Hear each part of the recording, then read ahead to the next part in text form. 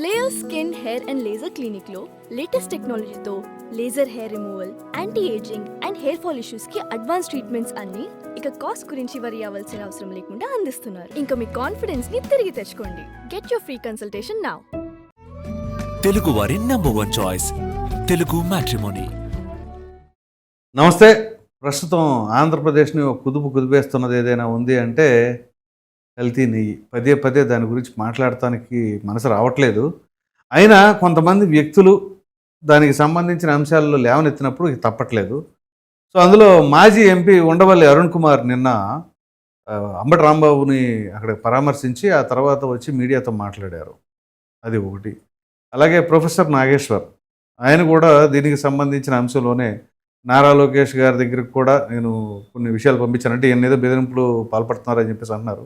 ఈ రెండింటిపైన మనతో చర్చించడానికి ప్రముఖ రాజకీయ విశ్లేషకులు రాజేష్ అప్సాన్ గారు. రాజేష్ గారు నమస్తే అండి. నమస్కారం సార్. ముందుగా ఈ ఉండవల్లి అరుణ్ కుమార్ మాజీ ఎంపీ, కోర్స్ ఆయన ఇప్పుడు పొలిటికల్గా యాక్టివ్గా లేరు, కానీ ఏదో ఒక సందర్భంలో ప్రెస్ మీట్లు పెట్టి మాట్లాడుతూ ఉంటారు. ఊహించిన విధంగా అంబటి రాంబాబు గారిని పరామర్శకు వెళ్ళొచ్చిన తర్వాత ప్రెస్ మీట్ పెట్టి మాట్లాడతాం. అసలు ఇది ఎంతవరకు సమంజసం అని చెప్పేసి అంటున్నారు. దీనిపైన మీ అభిప్రాయం అండి? ఇప్పుడు వాస్తవంగా అంటే రేపటి రోజున ఆ ఏజ్ వచ్చేటప్పటికి మన ప్రవర్తన ఎట్లా ఉంటుందో మనం ఇప్పుడే చెప్పలేం. కానీ సహజంగానే కొందరికి వయసు పైబడిన తర్వాత కొంత చపలత్వం వస్తుంది. చిత్తచాంచల్యం అంటారు దాన్ని, చిత్తచాపల్యం. అటువంటి వాళ్ళల్లో ఉండవల్లి అరుణ్ కుమార్ రీసెంట్గా ఆ క్లబ్లో జాయిన్ అయ్యాడు. ఓకే. నిన్న అతని ప్రెస్ మీట్ జరిపిన తీరు చూస్తే అంటే ఆ వయసు రీత్యా మరుపు సహజం. ఓకే. అటువంటప్పుడు ఆ పెద్దరకాన్ని నిలుపుకుంటే గౌరవం నిలబడుతుంది. కాదు అని చెప్పని వయసు మళ్ళిన తర్వాత కూడా నీ శరీరంలో, నీ ఆలోచన విధానంలో, నీ మనస్తత్వంలో కూడా మార్పులు వచ్చిన తర్వాత ఆ గౌరవాన్ని నిలుపుకోకుండా తగుదనమ్మా అని చెప్పని రోడ్డు ఎక్కినప్పుడు, రోడ్డు ఎక్కడానికి అతనికి బిడియం లేనప్పుడు అతని గురించి మాట్లాడటానికి మనం సంకోచించాల్సిన నష్టం లేదు. ఓకే. అతని పెద్దరకాన్ని నిలుపుకుంటూ ఉన్న క్రమంలో మనం అతన్ని కనుక ఏకపక్షంగా ఆక్షేపిస్తే అది మన మీద నెపం ఉంటుంది. అవును. కానీ ఆ పెద్దరకాన్ని అతను నిలుపుకోనప్పుడు అతను పబ్లిక్ ఫోరంలోకి వచ్చి మీడియా ముఖంగా ఏదైనా నేను మాట్లాడతా అని అతను సిద్ధపడినప్పుడు అతన్ని కూడా అతని ప్రతి విమర్శ చేయగలిగే హక్కు, స్వేచ్ఛ మనకు కూడా ఉన్నాయి. రైట్. నిన్న నేను ఎందుకంటున్నానంటే వయసు రీత్యా కొంత చిత్తచాపల్యం వచ్చింది అని చెప్పని. సహజంగా ఇప్పుడు మీకు ఈ అంటే గ్లాసెస్ ఉన్నాయి, రీడింగ్ గ్లాస్, సైట్ పరంగా రీడింగ్ గ్లాసెస్ మీరు పెట్టుకుంటా ఉన్నారు. చదివే అవసరం ఉన్నప్పుడు మీకు ఈ గ్లాసెస్ అవసరం ఉంది. అవును. లేనప్పుడు మీరు ఏదైనా బయటకు వెళ్ళినప్పుడు కూలింగ్ గ్లాసెస్ పెట్టుకుంటారు. కరెక్ట్. నేను కూలింగ్ గ్లాసెస్ వాడతా. నేను కూలింగ్ గ్లాసెస్ పెట్టుకున్నప్పుడు ఏదైనా నాకు ఫోన్లో ఏదైనా మెసేజ్ వచ్చినప్పుడు నేను చదవాలి అని అంటే ఈ గ్లాసెస్లో నుంచి చదవడం డిఫికల్టీ అవుతుంది. అవును. వయసు రీత్యా దాన్ని ఎవరు తప్పట్టాల్సిన నెస్టీ కూడా లేదు. ఆ గ్లాసెస్ తీసి పక్కకు పెట్టి రీడింగ్ గ్లాసెస్ పెట్టుకుంటాం. జనం ముందు ఫోజు కోసం అని చెప్పని ఈ గ్లాసెస్ పెట్టుకొని చదవలేక ఇబ్బంది పడే కన్నా దాన్ని తీసి పక్కకు పెట్టేసి రీడింగ్ గ్లాసెస్ పెట్టుకొని చదవటానికి ప్రయత్నం చేస్తాం. నిన్న అంబటి రాంబాబుని పరామర్శించి బయటకు వచ్చిన ఉండవల్లి అరుణ్ కుమార్ ఆయన కూడా మీడియా ముఖంగా ప్రెస్ మీట్ పెట్టారు.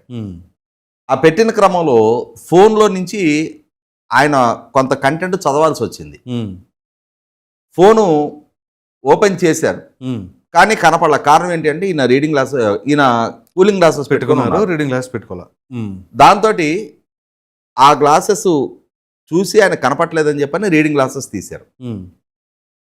రీడింగ్ గ్లాసెస్ తీసినప్పుడు నీ కూలింగ్ గ్లాసెస్లో కనపట్లేదని కదా రీడింగ్ గ్లాసెస్ తీసుకున్నావు. అవును. ఏం చేయాలి? కూలింగ్ గ్లాసెస్ పక్కకు పెట్టి రీడింగ్ గ్లాసెస్ పెట్టుకోవాలి. కానీ ఆయన కూలింగ్ గ్లాసెస్ పెట్టుకోనున్న అంశాన్ని ఒక్క క్షణంలోనే మర్చిపోయి ఆ కూలింగ్ గ్లాసెస్ మీద రీడింగ్ గ్లాసెస్ పెట్టుకోబోయాడు. ఓహో. లైవ్ లో అందరం చూస్తుండగానే ఎలా సాధ్యం? ఒక కళ్ళజోడి మీద ఇంకో కళ్ళజోడి ఎలా పెట్టుకోగలుగుతావు? అప్పుడు ఇక్కడ దాకా తీసుకెళ్ళినాక అప్పుడు అర్థమయ్యి ఈ కళ్ళజోడి తీసిపెట్టి ఇది పెట్టుకొని అప్పుడు చదివాడు. అంటే నేను అనేది ఆ వయసు సహజమైన ఆ మతిమరుపు ఆల్రెడీ ఆయనకు వచ్చేసింది. ఉమ్, అటువంటప్పుడు సహజంగానే ఆయనకి ఒక్క క్షణం ముందుదే గుర్తు లేనప్పుడు ఉమ్, కొన్ని సంవత్సరాల క్రితం ఏం జరిగింది అనేది గుర్తుండటం అనేది అసాధ్యం. రైట్. అటువంటప్పుడు ఏం చేయాలి? ఉమ్, నీ పరిస్థితి నువ్వు అర్థం చేసుకొని, ఉమ్. దానికి తగినట్టు నేను మంచిది. ఇప్పటికిప్పుడు ఏదో మాట్లాడేసేస్తే దానికి కౌంటర్ ఇవ్వడానికి చాలా మంది కాసుకొని ఉంటారు. ఉమ్, ఎందుకంటే నేను రాజకీయాలు మాట్లాడుతున్నా, ఉమ్, నేను నాకు అనుబంధం ఉన్న వాళ్ళని సమర్థిస్తూ, నాకు రాజకీయంగా వ్యతిరేకులు అనుకున్న వాళ్ళని వీళ్ళకి మద్దతుగా మాట్లాడటానికి ముందుకొచ్చా. ఉమ్, నేను అటువంటి రాజకీయ విమర్శకు పాల్పడ్డప్పుడు ఖచ్చితంగా నన్ను కూడా విమర్శించడానికి ఆస్కారం ఉంటుంది. కాబట్టి ఈ వయసులో నాకు ఇవన్నీ అవసరమా అని చెప్పని కొంచెం మెచ్యూరిటీ కలిగిన వాళ్ళు వ్యవహరిస్తారు. రాజకీయంగా సన్యాసం స్వీకరించేసి ఉమ్, రిటైర్మెంట్ లైఫ్ ప్రశాంతంగా గడుపుతారు. వీళ్ళు లగడపాటు అంతే ఉన్నారు కదా. అసలు లగడపాటికి ఈయనకి వయసు రీత్యా చూసుకుంటే 15 ఏళ్ళు పెద్దాడు ఈయన. బట్ స్టిల్ ఆయన ఏమో రాజకీయాలకు దూరంగా ఉన్నారు. ఆయన రాజకీయాలకు ఆయన దూరంగా ఉన్నాడు. అవును. ఈయన నేను రాజకీయాలకు విరామం ప్రకటించాను అని చెప్పని ఉమ్, కంటి తుడుపు ప్రకటనలే తప్ప ఆయన రాజకీయంగా విరామం ప్రకటించలా. ఉమ్, ఇప్పుడు ఆయన వైఖరి ఎలా ఉంటుంది అని అంటే, నిన్నటి ప్రెస్ మీట్లో ఉమ్, నేను ఎందుకు చెప్తున్నా అంటే ఆయనకి మతిమరుపు బాగా వచ్చేసింది అని చెప్పని, ఉమ్, అంబటి రాంబాబు గారు చంద్రబాబు నాయుడు గారిని దూషించారు కాబట్టి ఉమ్, ఆ దూషించినందుకు గాను ఆయన్ని సెంట్రల్ జైల్లో పెట్టారు. అవును.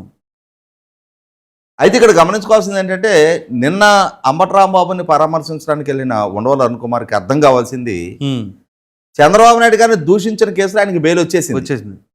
పోలీసులతో దుర్భాషలాడింది, దురుసుగా ప్రవర్తించింది. ఇప్పుడు ఆయన రిమాండ్లో ఉన్నది. ఉమ్, డ్యూటీలో ఉన్న పోలీసుల మీద దౌర్జన్యం ప్రదర్శించినందుకు పెట్టిన కేసులో ఉమ్, ఆయన ఏమంటున్నాడు?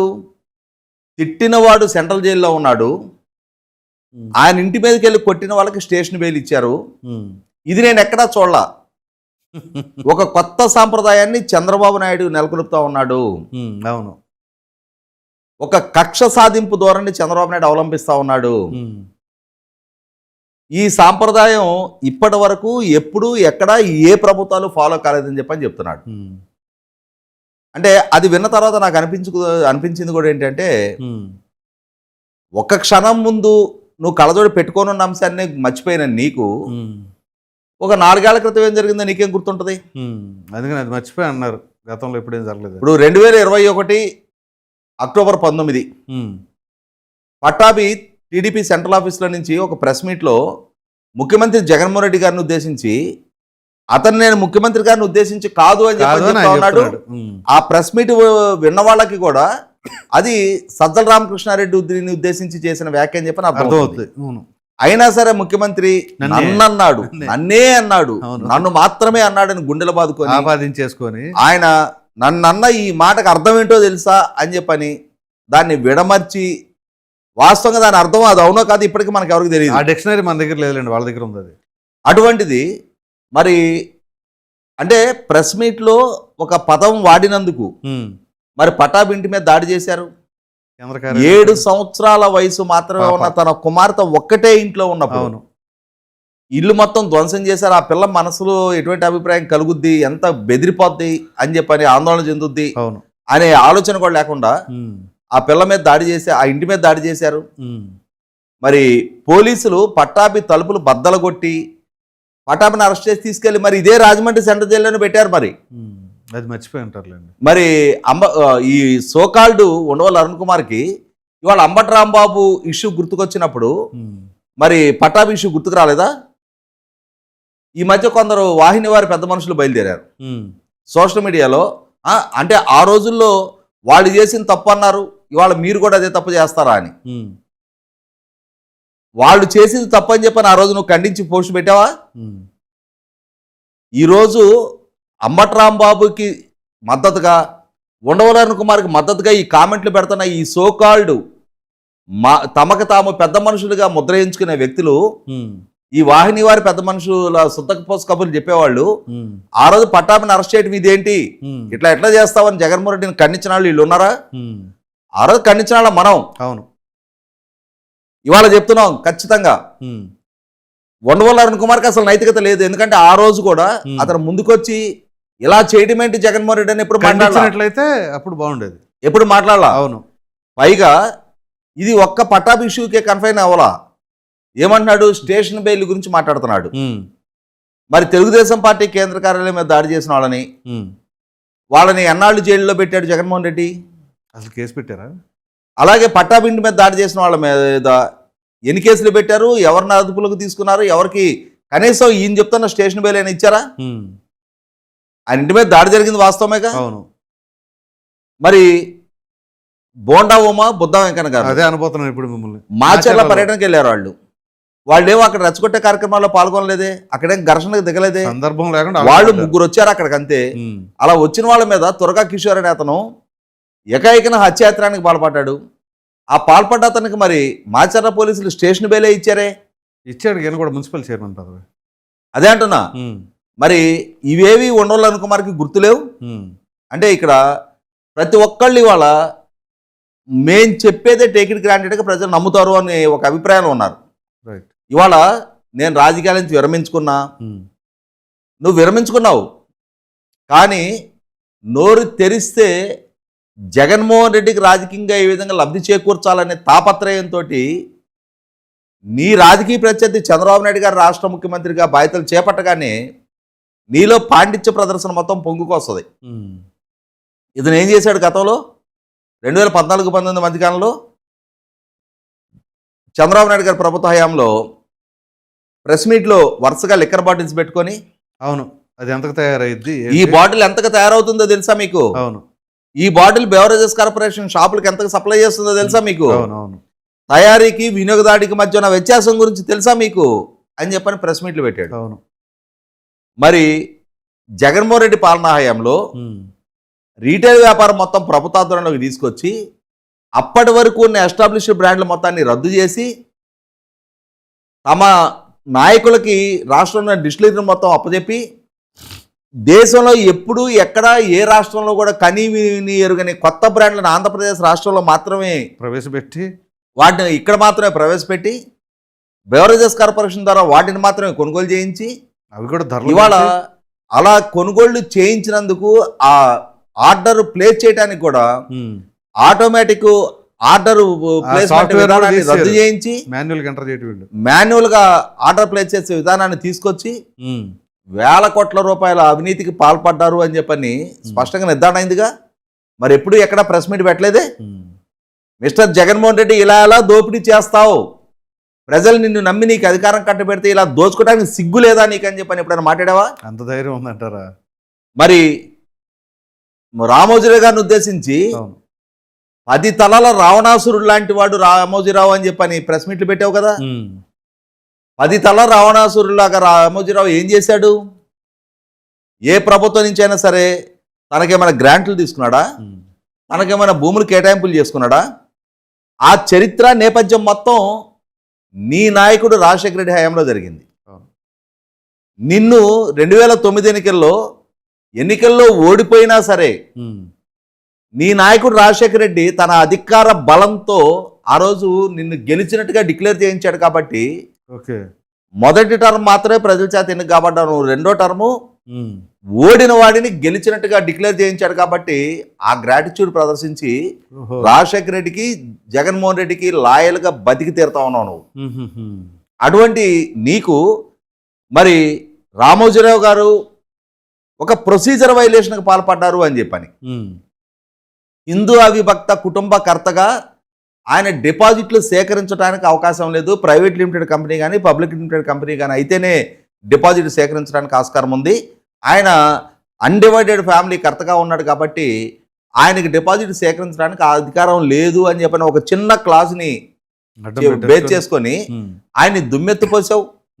ఆయన వల్ల 2 లక్షల మంది డిపాజిట్ దారుల్లో ఒక్కరికి ₹1 నష్టం జరగకపోయినా, ఒక్కరు కూడా మేము డిపాజిట్ చేయడం వల్ల రామోజీరావు గారు మమ్మల్ని ఇబ్బంది పెడుతున్నారని కానీ మాకు చెల్లింపులు చేయడం లేదని కానీ అభ్యంతరం వ్యక్తం చేయకపోయినా, ఒక్క ఫిర్యాదు లేకపోయినా సరే ఆ రోజు నువ్వు నీ నాయకుడు రాజశేఖర రెడ్డి ఒక రాష్ట్ర ప్రభుత్వం మొత్తాన్ని ఆయన మీద ప్రయోగించారే. ప్రజల క్షేమం కోసం చెప్తున్నా 2300 కోట్ల రూపాయల బకాయిలు రామోజీరావు గారు ఇవ్వాల్సి ఉంది. వాటిని చెల్లించకపోతే ప్రజలు ఇబ్బంది పడతారనే ఉద్దేశంతో ప్రజల కోణంలో నేను చెప్తున్నా అన్నావు. మరి 2,300 కోట్లు రామోజీరావు గారు మాకు ఆస్తులు ఉన్నాయి, మా ఆస్తులమ్మి మీ అనాపైసలతో కట్టేస్తాం, మీరు కంగారు పడొద్దని ఒక స్టేట్మెంట్ ఇస్తే నువ్వు నీ నాయకుడు ఒక ప్రభుత్వం సిఐడి విభాగం అసెంబ్లీలో చర్చించి న్యాయస్థానాలను అప్రోచ్ చేయి కూడా రామోజీరావు గారి మాటని ప్రజలు విశ్వసించారా, పరిగణలోకి తీసుకున్నారా? మీరు చేసిన గలాటాన్ని పరిగణలోకి తీసుకున్నారా? మీరు చేసిన గలాటానే కానీ పరిగణలోకి తీసుకుని ఉన్నట్టయితే రాష్ట్ర వ్యాప్తంగా ఉన్న మార్గదర్శి కార్యాలయాన్ని డిపాజిట్దారులు చుట్టుముట్టాల్సి ఉండాల్సి. అవును. కానీ ఒక్క డిపాజిట్దారుడు కూడా ముందుకొచ్చి మాకు అన్యాయం జరుగుతుందని మాట్లాడలేదే. అవును. అంటే సమాజంలో తన ఖాతాదారుల్లో తన డిపాజిట్దారుల్లో రామోజీరావు గారికి ఉన్న క్రెడిబిలిటీ అది. నువ్వు నీ నాయకుడు అసెంబ్లీలో చర్చించి మరి సిఐడి విచారణ జరిపించి మరి ఒక్క గంట అయినా సరే రామోజీరావు గారిని జైల్లో పెట్టాలి అని చెప్పని ఆ రోజు నీ నాయకుడు, ఇవాళ ఆయన కొడుకు కూడా శతపోరిన మరి ఆయన్ని టచ్ కూడా చేయలేకపోయారే. కాకుంటే ఆయన సిక్ అయ్యి 86 సంవత్సరాల వయసులో బెడ్ రిడన్ అయి ఉన్నప్పుడు ఆయన ఫోటోలు తీసి వాటిని బయటికి పంపించి సునకానందం పొందగలిగారు. అంతకు మించి ఏం చేయగలిగారు అంటే ఒక వ్యక్తి సొసైటీలో సంపాదించుకున్న క్రెడిబిలిటీని మీరు చెరపలేకపోయారు. కాబట్టి మీ క్రెడిబిలిటీ ఇది. రైట్. ఆయనకి మరకలు అంటించాలని చెప్పని మీరు ప్రయత్నం చేసిన సమాజం ఆయన వెనక నిలబడింది, ఆయన విశ్వసించారు. అంటే మీ మాటలు విశ్వసించలా. సో క్రెడిబిలిటీ లేని వ్యక్తులుగా మీ మాటలను సమాజం దృష్టిలో పెట్టుకుంది కాబట్టే, పరిగణించింది కాబట్టే మీ మాటలకి కొద్దిపాటి కూడా విలువ దక్కలా. అటువంటిది ఇవాళ నకిలీ నెయ్యి అంశంలో కూడా ఏం మాట్లాడుతున్నాడు చూసారా? పేజ్ నెంబర్ 20లో ఉంది. అవును. యానిమల్ ఫ్యాట్ లేదు అని చెప్పని చెప్పారు అంటున్నాడు. అసలు యానిమల్ ఫ్యాట్ ఉంది అని ఎవరు చెప్పారు అంటున్నాడు. నువ్వు ఏ ఆధారంతో మాట్లాడుతున్నావో mister Undavalli Arun Kumar, chief minister Chandrababu Naidu గారు కూడా అదే ఆధారాలతో ఎన్డీడీబీ రిపోర్టుని బేస్ చేసుకొని చెప్తా ఉన్నాడు. అవును, ఎన్డీడీబీనే కదా. సిట్ రిపోర్టులో ఎన్డీడీబీ రిపోర్టు మెన్షన్ అయ్యిందా లేదా, దాని గురించి ప్రస్తావించారా లేదా? సిట్టు విచారణ చేసింది ఎన్డీఆర్ఐ దగ్గర. అవును. సిట్టు చేయించిన టెస్టులు ఎన్డీడీబీ చేసిన టెస్టులు కాదు, కేవలం లార్డుకు సంబంధించిన టెస్టులు మాత్రమే చేయించారు. అవును. అదే క్రమంలో సిట్టు చేయించిన టెస్టు వాళ్ళకి అవగాహన లేక పీసీఆర్ టెస్ట్ చేయించారు. పీసీఆర్ టెస్ట్ చేయటం వల్ల డిఎన్ఏ చచ్చిపోద్ది. కానీ డిఎన్ఏ నిర్ధారణ చేసిన ఎన్డీడీబీ ఇచ్చిన రిపోర్టు కళ్ళ ముందు కనిపిస్తూ ఉన్నప్పుడు మీ ప్రభుత్వ హయాంలో 2022లోనే సిఎఫ్టిఆర్ఐ రిపోర్ట్ ఇచ్చినప్పుడు స్పష్టంగా అడల్ట్రేషన్ జరిగింది అని చెప్పి నిర్ధారణ అవుతా ఉన్నప్పుడు అంటే జంతు అవశేషాలు ఉంటేనే నకిలీ అయినట. ఇవాళ 1 లీటర్ పాలు సేకరించకుండా అవును లక్షలాది కిలోల పామోలిను, పాము కెరను, అలాగే కెమికల్స్ కలిపి ఒక కెమికల్ సొల్యూషన్ తయారు చేసి దాన్నే నెయ్యిగా చలామణి చేశారు అని చెప్పని సిట్ నిర్ధారణ చేసినప్పుడు మరి నీకు అది కంటికి కనపట్లేదా? అంటే కొన్ని లైన్లు మాత్రమే నేను చదువుతా, మిగిలిన రిపోర్ట్ మొత్తం చదవనంటే నువ్వెట్లా లాయర్వి? నువ్వు 10 ఏళ్ళు ఎంపీగా పనిచేసావు, వృత్తిరీత్యా నువ్వు ఒక లాయర్వి. ఛార్జ్ షీటులో ఉన్న వాస్తవాలను వక్రీకరించి చెప్తున్నావు అని అంటేనే నీ స్థాయి ఏంటి, నీ పరిజ్ఞానం ఏంటి అనేది అర్థమవుతా ఉంది. లీగల్ యాక్షన్ ఏముంటుంది దానిపైన. కాబట్టి ఇక్కడ ఇవాళ ఎంతగా మీడియాని ఏమార్చాలని ప్రయత్నం చేసినా, మీడియా ద్వారా ప్రజలను ఏమార్చాలని ప్రయత్నం చేసినా జరిగిన తప్పు ఏంటి అనేది తన సెల్ఫ్ కాన్షియస్నెస్ తోటి మీ వైవి సుబ్బారెడ్డి ఒకనాడు ఏ వైవి సుబ్బారెడ్డిని ఉద్దేశించి, వైవి సుబ్బారెడ్డి చాలా రిలీజియస్గా ఉంటాడు, అతను గ్రహణం రోజు తలారా స్నానం చేసి కానీ వంట చేయడు, అతను వంట చేస్తే నేను కూడా వెళ్ళి భోజనం చేస్తుంటా అని చెప్పని అతని ఆధ్యాత్మిక చింతన గురించి కితాబులు ఇచ్చిన ఉండవల్లి అరుణ్ కుమార్ మరి వాళ్ళ అదే వైవి సుబ్బారెడ్డి సిట్టు వెజిటబుల్ ఫ్యాట్ ఉందని చెప్పని చెప్పింది కానీ యానిమల్ ఫ్యాట్ లేదని చెప్పని చెప్పింది అని చెప్పని ఆల్రెడీ అది కంటామినేటెడ్ అండ్ అడల్టరేటెడ్ అని చెప్పని వైవి సుబ్బారెడ్డి అడ్మిట్ అవుతా ఉన్నప్పుడు ఇవాళ నువ్వొచ్చి అతనికి క్లీన్ చిట్ ఇచ్చే ప్రయత్నం చేసిన, అంబటి రాంబాబు అరెస్టు విషయాన్ని ఏదో సెన్సేషనలైజ్ చేయాలని చెప్పే ప్రయత్నం చేసిన, అంబటి రాంబాబుని విక్టింగా చిత్రీకరించాలని ప్రయత్నం చేసిన, అంబటి రాంబాబు ఏం మాట్లాడాడు, ఎవరి స్క్రిప్ట్ని అమలుపరిచాడు, ఎందుకు ఆ విధంగా మాట్లాడాడు అనేది అతని కుటుంబ సభ్యులకి తెలుసు, అంబటి రాంబాబు కూడా తెలుసు. కాబట్టి అదే అంబటి రాంబాబు మీడియా ముఖంగా అని ఉండాల్సింది కాదు అని చెప్పని చెప్పుకున్నాడు.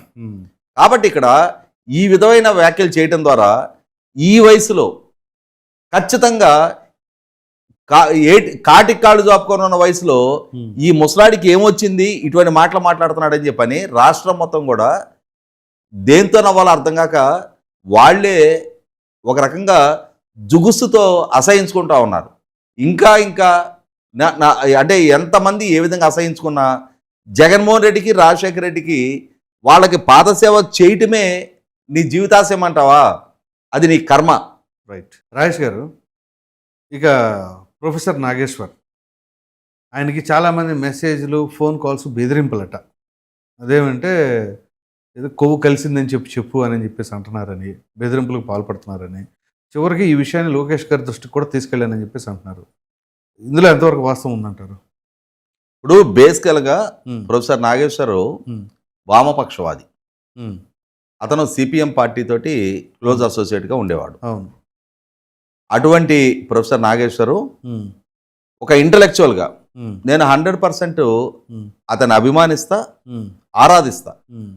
కారణం ఏంటి అంటే అతని గ్రాస్పింగ్ పవర్ కానీ, అవును, అతని ఇంగ్లీష్ ఫ్లూయెన్సీ కానీ, వాక్చాతుర్యం, అతని విషయ పరిజ్ఞానం కూడా నేను చాలా సందర్భాల్లో చాలా మీడియా చర్చల్లో నేను ఆశ్చర్యపోయేవాడిని. అసలు తర్వాత ఈ మధ్యకాలంలో వయసు రీత్యా కొంచెం మరి డయాబెటిక్ కంప్లైంట్స్ ఎక్కువని తెలీదు, ఆయనకి చూపు కూడా మందగించిందని చెప్పని చెప్తున్నారు. వాళ్ళ మిస్సెస్ ఉదయాన్నే వార్తాపత్రికలన్నీ చదివి వినిపిస్తే ఆ చదివి వినిపించింది ఆయనకి మైండ్లో రిజిస్టర్ అయిపోద్ది. దాన్నే చాలా అంటే ఆయన మెమరీ అంత షార్ప్గా ఉంటుంది. ఉదయం వాళ్ళ మిస్సెస్ ఒకసారి పేపర్ చదివి వినిపిస్తే అది మైండ్లో రిజిస్టర్ చేసేసుకొని ఆయన చెప్పగలుగుతారు అని చెప్పని కూడా చెప్తుంటారు. అంత గ్రాస్పింగ్ పవర్. కాబట్టి ఏంటంటే ఒక ఎక్సెప్షనల్ బుర్రగానే నేను ఆయన పరిగణిస్తా, అంటే ఎక్సెప్షనల్ జీనియస్ గానే నేను ఆయన పరిగణిస్తా. అటువంటి వ్యక్తి ఈ మధ్యకాలంలో క్రమక్రమంగా మరి దేనికి ప్రలోభ పడ్డాడో తెలియదు. జగన్మోహన్ రెడ్డి చేసే ప్రతి తప్పుని ఆ మధ్యకాలంలో చూసాం మనం. ఏమైంది, పాస్బుక్ల మీద ఆయన ఫోటో ఉంటే ఇప్పుడు కరెన్సీ నోట్ల మీద గాంధీ గారి ఫోటో లేదా, అది మరి అంటే ఆ విధమైన పోలిక పోల్చడం ద్వారా ఆయన స్థాయి ఆయన తగ్గించుకున్నాడు. ఇతనికి ఏమొచ్చింది, అవును, దేనికి కకృతి పడతా ఉన్నాడు, ఎందుకు ఇంతగా దిగజారి ఈ విధంగా సమర్థిస్తా ఉన్నాడు. వామపక్ష భావజాలంతో స్వతహాగా తనకి తాను అంతటి గొప్ప ఇంటలెక్చువల్గా ప్రొఫెసర్ నాగేశ్వర్ అనగానే టీవీల ముందు కూర్చునే వాళ్ళం ఆయన చర్చలు వస్తుంటే. అటువంటి వ్యక్తి ఇంత దిగజారి ఎందుకు, ఎవరితో ప్రలోభ పడ్డాడు, ఎవరిని సమర్థిస్తున్నాడు అని చెప్పని ఒకనాడు ఆయన ఇండిపెండెంట్ గ్రాడ్యుయేట్ ఎమ్మెల్సీ కంటెస్ట్ చేస్తే ఎదురు డబ్బులు ఇచ్చి ఆయన గెలిపించారు. అదే వ్యక్తిని ఎప్పుడైతే ఆయన వ్యక్తిత్వాన్ని పలచం చేసుకున్నాడో, చెయ్యకూడని సహవాసాలు చేస్తా, చెయ్యకూడని వాళ్ళ దగ్గర చేతులు చాపుతున్నాడు అని చెప్పని నిందెదుర్కొన్నాడో అదే గ్రాడ్యుయేట్ నియోజకవర్గంలో ఓడిపోయాడు. అవును. అంటే ప్రజలు ఆదరించి అవకాశం ఇచ్చి అధికారం కట్టబెడితే దాన్ని దుర్వినియోగం చేసుకొని ఆ వచ్చిన ఎలివేషన్ని, ఆ ఎలివేషన్ ద్వారా వచ్చిన ఆ గుర్తింపుని ఎవరి దగ్గర తాకట్టు పెట్టే నైజం అయినప్పుడు ఖచ్చితంగా విలువ సమాజంలో కోల్పోతారు. ఖచ్చితంగా. ఇవాళ ఇతను ఏం మాట్లాడుతున్నాడు, ఆ రోజు ఎప్పుడైతే ఈ పాస్బుక్ ఇష్యూలో ఇతను ఆ సమర్థిస్తున్న తీరు చూసి ఎందుకు ఇతను ఇంతగా దిగజారుతున్నాడు అని చెప్పని అనిపించింది నాకు. ఆ తర్వాత ఇప్పుడు ఈ నకిలీ నెయ్యి అంశంలో కూడా నన్ను ఫోన్ చేసి కంపెల్ చేస్తా ఉన్నారు. నువ్వు యానిమల్ ఫ్యాట్ ఉంది, పంది కొవ్వు ఉందని చెప్పని నువ్వు చెప్పాలి, నువ్వు కెమికల్స్ ఉన్నాయని చెప్పని చెప్పాలి, చెప్పకపోతే అని చెప్పని నన్ను బూతులు తిడతా ఉన్నారు, బెదిరిస్తా ఉన్నారు. అదే కదా, ఇంకా దారుణమైన పదాలు కూడా పలికి అవి కూడా ఉన్నాయని చెప్పని చెప్పమంటున్నారు. నేను ఈ నెంబరు నాకు 20-30 మంది ఫోన్ చేస్తే ఒక నెంబర్ నేను లోకేష్ గారికి పంపించా. 3 రోజుల నుంచి యాజ్ యూజువల్గా లోకేష్ నుంచి రెస్పాన్స్ లేదు. లోకేష్కి ఎందుకు పంపటం? మీరు ఇక్కడ లోకల్లో పోలీస్ స్టేషన్లో పోలీస్ కంప్లైంట్ ఇవ్వండి. ఇక్కడే కదా, మీకు ఎవరు ఫోన్ చేసి బెదిరించారో ఫోన్ నెంబర్లు ఉన్నాయి, మీ దగ్గర కాల్ లిస్ట్లో ఉన్నాయి. కాల్ లిస్ట్లో ఉన్నప్పుడు మీరు ఆ నెంబర్లకి తీసుకెళ్లి పోలీస్ స్టేషన్ నుంచి కంప్లైంట్ చేయండి. మీరు లోకేష్ దగ్గర ఎందుకు పంపాలి దాన్ని? అంటే ఇక్కడ ఏంటి అర్థం? ఏదో లోకేష్ నా కాల్కి నా మెసేజ్కి రెస్పాన్స్ ఇవ్వలేదు కాబట్టి వీళ్ళందరి చేత లోకేష్ నన్ను తిట్టిస్తున్నాడని ఒక విక్టింగ్ కార్డు ప్లే చేసి లోకేష్ క్యారెక్టర్ అసాసినేట్ చేసే కుట్ర దాగుంది దాంట్లో. అవునా? లేకుంటే అసలు లోకేష్కి ఎందుకు పంపాలి? లోకేష్కి ఏం సంబంధం? మీరు హైదరాబాద్లో ఉంటున్నారు, కాల్ మీకు హైదరాబాద్లో వచ్చింది, చేసిన వాడు ఎవడైనా సరే ఎక్కడి నుంచైనా చేయని. అవును. కాల్ మీరు రిసీవ్ చేసుకున్నారు కదా, మీ ఆఫీసు ఉండే జ్యూరిస్డిక్షనో మీ ఇల్లు ఉండే జ్యూరిస్డిక్షన్లోనో ఎక్కడ మీకు ఏ పోలీస్ స్టేషన్ దగ్గరగా ఉంటే ఆ పోలీస్ స్టేషన్కి వెళ్ళి నన్ను ఈ విధంగా బెదిరిస్తా ఉన్నారు, దూషిస్తా ఉన్నారు, నిష్కారణంగా నేను నిందలు మోస్తా ఉన్నా, మాట్లాడుతా ఉన్నా, వీళ్ళ మీద చర్యలు తీసుకోండి అని చెప్పని ఆ నెంబర్లు మొత్తం పోలీసులకు ఇస్తే వాళ్ళు ఎంక్వైరీ చేస్తారు కదా. అంతే కదా. కానీ వాళ్ళు ఏం చేస్తున్నారు? ఇష్యూని పొలిటిసైజ్ చేయాలి, ఇష్యూని సెన్సేషనలైజ్ చేయాలి. నేను విక్టిమ్ని అని పైగా మళ్ళా నటన, రెండు చేతులు పెట్టి నేను దండం పెట్టి చెప్తున్నా, నేను ఇటువంటి అబద్ధాలు చెప్పను, ఎక్కడ లేని అంశం నేను చెప్పను అని ఎక్కడా లేదా? ఎన్డీడీపీ రిపోర్ట్లో లేదా? ఎన్డీడీపీ ఉన్న తెలుగుదేశం పార్టీ కార్యాలయంలో ఉన్న ల్యాబా? అంటే ఎన్డీఆర్ఐ రిపోర్ట్ని నువ్వు టేక్ ఇట్ గ్రాంటెడ్గా తీసుకుంటావా? ఎన్డీడీపీ రిపోర్ట్ని పరిగణలోకి తీసుకోవా? మరి అదే రిపోర్ట్లో 68 లక్షల కెమికల్ సొల్యూషన్ పంపించారని చెప్పని రాసుందిగా. అవును. మరి దాని గురించి ప్రస్తావించవే? బుద్ధి తక్కువ వాళ్ళారా? శ్రీవారి ప్రసాదానికి వినియోగించే లడ్డూలో ఇటువంటి పదార్థాన్ని అంటారా మీరు వాడేది అని చెప్పని ఒక్క సందర్భంలో ఒక్క మాట అయినా నీ నోటి నుంచి వచ్చిందా? అంటే వాళ్ళు జంతావశేషాల గురించి ఎత్తారు, అదే స్క్రిప్ట్ నువ్వు కూడా ఫాలో అవుతున్నావు. అంటే వాళ్ళు ఇచ్చిన స్క్రిప్ట్ నువ్వు ఫాలో అవుతున్నావు అని అంటే వాళ్ళు ఇచ్చిన పేమెంట్కు నువ్వు కకృతి పడ్డావు అని అర్థమవుతుంది కదా. ఇవాళ నువ్వెలా బాహాటంగా మీడియా ముఖంగా ఒక రాష్ట్ర ప్రభుత్వాన్ని, ఒక ముఖ్యమంత్రిని ఉద్దేశించి విమర్శలు చేసే హక్కు నీకు ఉందనుకుంటున్నావు, నీ విమర్శల్లో ఉన్న లోపాన్ని కూడా ఎత్తి చూపే హక్కు మాకు కూడా ఉంటది. కాబట్టి ఇవాళ ఈ విక్టింగ్ కార్డులు, ఈ డ్రామాలు పక్కకు పెట్టు. నిజంగా నువ్వు బాధితుడు అయితే నీ లోకల్ పోలీస్ స్టేషన్లో ఎవరైతే నేను బెదిరించారో వాళ్ళ మీద కంప్లైంట్ ఇవ్వు. అదే క్రమంలో ఇవాళ 68 లక్షల కిలోల కెమికల్ సొల్యూషన్ని 5 సంవత్సరాల పాటు పంపించి 20 కోట్ల లడ్డూలు తయారు చేయించారు అని చెప్పని సిట్ క్లియర్గా ఛార్జ్ షీట్లో మెన్షన్ చేసిన అంశాన్ని ఒక్క సందర్భంలో కూడా ప్రస్తావించని నీ ఇంటెగ్రిటీ ఏంటో నువ్వు కూడా ఒకసారి ఆలోచన చేసుకో. ఎవరి దగ్గర ఎవరు ఇసిరిన డబ్బులకి కక్కుర్తుపడి ఈ విధమైన నా పరిజ్ఞానాన్ని ఇన్ని సంవత్సరాలుగా నేను కాపాడుకుంటూ వచ్చిన నా క్రెడిబిలిటీని నేను పణంగా పెడుతున్నాను అనేది నువ్వు కూడా ఒకసారి ఆలోచన చేసుకో. నువ్వు నీ తల ఒక దగ్గర తాకట్టు పెట్టిన క్షణాన ఆ తాకట్టు పెట్టిన వాళ్ళు ఇచ్చిన, తాకట్టు పెట్టుకున్న వాళ్ళు ఇచ్చిన స్క్రిప్ట్ నువ్వు ఫాలో అవటం మొదలుపెట్టిన క్షణానే ఆ రోజే నీ క్రెడిబిలిటీ మొత్తం నువ్వు లూజ్ అయ్యావు. ఇవాళ ఎవరినో నిందించే హక్కు నీకు లేదు. అదే క్రమంలో ఎవరినో టార్గెట్ చేసి ఎవరో వ్యక్తిత్వం పలచం చేయడం ద్వారా లోకేష్ ఏదో రెడ్ బుక్ ద్వారా ఈ వీళ్ళ మీద చర్యలు ఎందుకు తీసుకోవటం లేదు అంటున్నావు. అసలు నీ మీద చర్య తీసుకోవాల్సిన బాధ్యత అవసరం లోకేష్కి ఏముంది? సమస్య హైదరాబాద్లో జరిగింది. హైదరాబాద్లో జరిగిన సంఘటన మీద లోకేష్ ఎందుకు చర్య తీసుకుంటాడు? అసలు ఆ నెంబర్ లోకేష్కి పంపిస్తే హైదరాబాద్లో నీకు వచ్చిన కాల్కి లోకేష్ ఎలా విచారణ చేపిస్తాడు?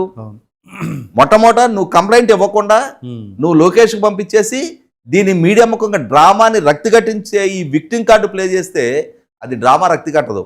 ఇవాళ సమాజంలో ఏ క్రెడిబిలిటీ ఒకనాడు ఉండేదో ఇవాళ ఎందుకు దిగజారిందో, ఒకనాడు నిన్ను ఆరాధించిన కొలిచిన ప్రజలే ఇవాళ ఎందుకు దూషించే పరిస్థితులు ఉత్పన్నమవుతున్నాయి.